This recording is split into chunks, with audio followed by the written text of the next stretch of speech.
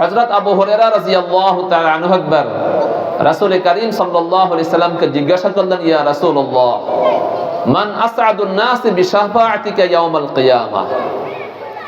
এ আল্লাহ রাসূল সাল্লাল্লাহু আলাইহি সাল্লাম, কিয়ামতের দিন আপনার সুপারিশ দ্বারা সবচেয়ে সৌভাগ্যবান ব্যক্তি কারা হবে?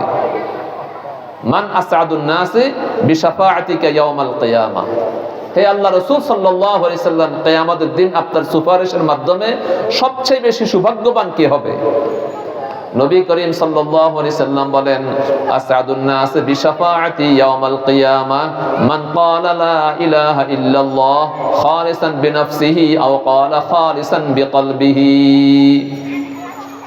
রাসূল কারীম সাল্লাল্লাহু আলাইহি সাল্লাম বলেন, যে ব্যক্তি ইখলাসের সাথে একমাত্র আল্লাহকে রাজি করার জন্য পড়বে লা ইলাহা ইল্লাল্লাহ, বলে ওই ব্যক্তি, ওই বান্দা বান্দি কিয়ামতের দিন আমার সুপারিশ দ্বারা বেশি সৌভাগ্যবান হবে। আল্লাহু আকবার। কিয়ামতের ময়দানে নবী বলেন, গাউস কুতুব বলেন, আবদাল বলেন, রাসূল কারীম সাল্লাল্লাহু আলাইহি সাল্লামের সুপারিশ ব্যতীত কোনো উপায় আছে? না। যদিও নবীরাও সুপারিশ করবেন, অন্যান্য ব্যক্তিরা সুপারিশ করবেন, কিন্তু সুপারিশের দরজা খুলবে নবীজির মাধ্যমে। রাসূল কারীম সাল্লাল্লাহু আলাইহি সাল্লাম সুপারিশ করবেন, এরপরে সবার জন্য সুপারিশের দরজা খুলে দেওয়া হবে। রাসূলের পূর্বে কেউ সুপারিশ করতে পারবে না, নবী রাসূলও পারবে না। এ সম্পর্কে লম্বা হাদিস বর্ণিত আছে, ওই হাদিসে আমি এখন ওইদিকে যাব না।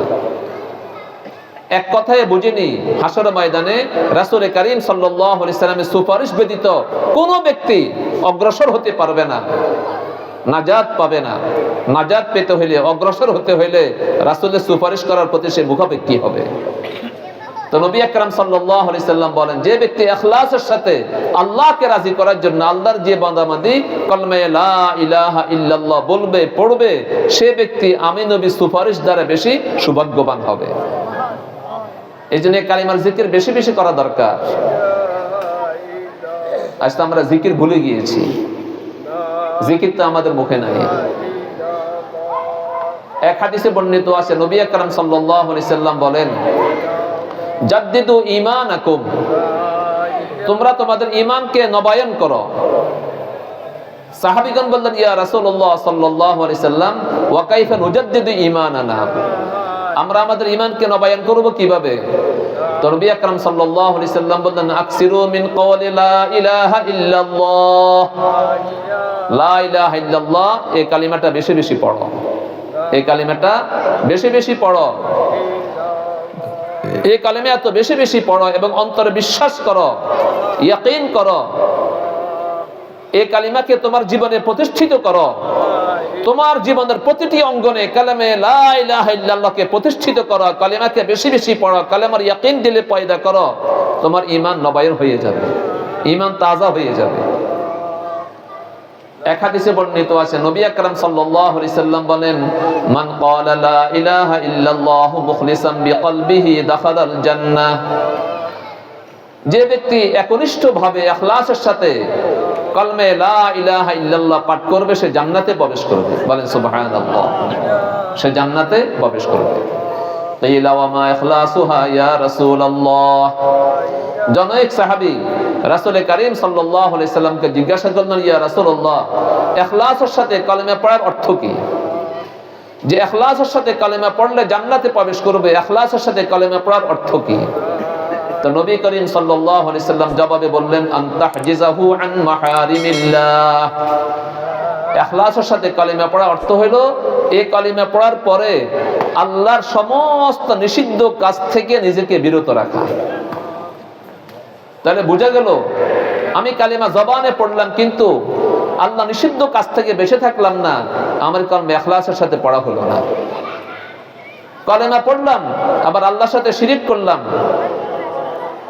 কালিমা পড়লাম অন্যের কবরকে পূজা করলাম, কালিমা পড়লাম আল্লাহ ছাড়া অন্যের জন্য মান্নত করলাম, কালিমা পড়লাম আল্লাহ ছাড়া কোনো মাখলুককে সিজদা করলাম, কালিমা পড়লাম জবানে মিথ্যা কথা বললাম, কালিমা পড়লাম সুদ খেলাম, কালিমা পড়লাম ঘুষ খেলাম, কালিমা পড়লাম দুর্নীতি করলাম, কালিমা পড়লাম জুলুম অত্যাচার করলাম, কালিমা পড়লাম অন্যকে নাহক ভাবে খুন করলাম, ইত্যাদি ইত্যাদি গালমন্দ করলাম, তাহলে বুঝে গেল কালিমা ইখলাসের সাথে পড়া হলো না।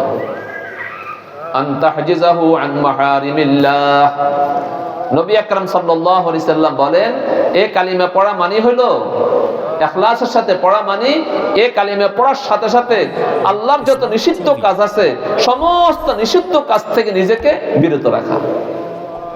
জবানের গুনাহ যাতে না হয়, চোখের গুনাহ যাতে না হয়, কানের গুনাহ যাতে না হয়, হাতের গুনাহ যাতে না হয়, পায়ের গুনাহ যাতে না হয়, অন্যান্য অঙ্গ প্রত্যঙ্গের গুনাহ যাতে না হয়, কারো প্রতি জুলুম অত্যাচার না হয়, কারো প্রতি অন্যায় অনাচার না হয়, আল্লাহর সাথে শিরিক না হয়, হারাম খাদ্য থেকে বেঁচে থাকা, হারাম উপার্জন থেকে বেঁচে থাকা, হারাম পোশাক পরিচ্ছদ করা থেকে বেঁচে থাকা, অন্যের সম্পদকে অন্যায়ভাবে ভোগ করা থেকে বেঁচে থাকা।